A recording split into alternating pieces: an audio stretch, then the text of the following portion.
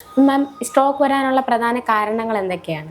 Stroke എൻ്റെ 10-26 വർഷത്തെ അനുഭവത്തിൽ, ചികിത്സാ അനുഭവത്തിൽ ഏറ്റവും കൂടുതൽ റെലവൻ്റ് ആയിട്ട് ആയുർവേദം കൊണ്ട് ചികിത്സിച്ച് മാറ്റാൻ പറ്റുന്ന ഒരു അസുഖമാണ് സ്ട്രോക്ക്. സ്ട്രോക്ക് അല്ലെങ്കിൽ അതിൽ ഹെമിപ്ലീജിയ എന്ന് പറയും. ഹെമിപ്ലീജിയ എന്ന് പറയുമ്പോൾ ആയുർവേദത്തിൽ പക്ഷാഘാതം എന്ന് പറയും. പക്ഷം എന്ന് പറഞ്ഞ വാക്കിൻ്റെ അർത്ഥം ചിറകാണ്.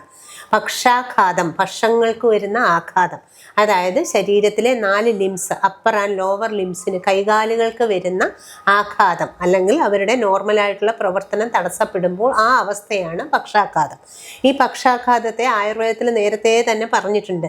ഗൃഹീത്വാർത്ഥം തനോർവായു സ്ഥിരാസ്നായു വിശോഷ്യച്ച പക്ഷമന്യകരം ഹന്തി സന്ധിബന്ധാൻ വിമോക്ഷയൻ കൃഷ്ണോ അർത്ഥകായസ്തസ്യ സ്യാദകർമ്മണ്യോ വിജേതസ പക്ഷാഘാതം തമാഹുർ എന്ന് പറഞ്ഞ് അതിൻ്റെ പണ്ട് ആചാര്യന്മാർ തന്നെ ഇത് ടിപ്പിക്കലായിട്ട് ഇതിൻ്റെ ഓരോ സിംറ്റംസ് നോക്കുമ്പോൾ നമ്മുടെ ഇന്ന് MRIയിലും ഒക്കെ കാണുന്ന പേഷ്യൻസ് പറയുന്ന അതേ സിംറ്റംസ് ആണ്. അതൊക്കെ കാണുമ്പോൾ നമുക്ക് വളരെ അതിശയം തോന്നാം, ഇവരൊക്കെ എങ്ങനെയാണ് ഇത് ഐഡൻറ്റിഫൈ ചെയ്തത്.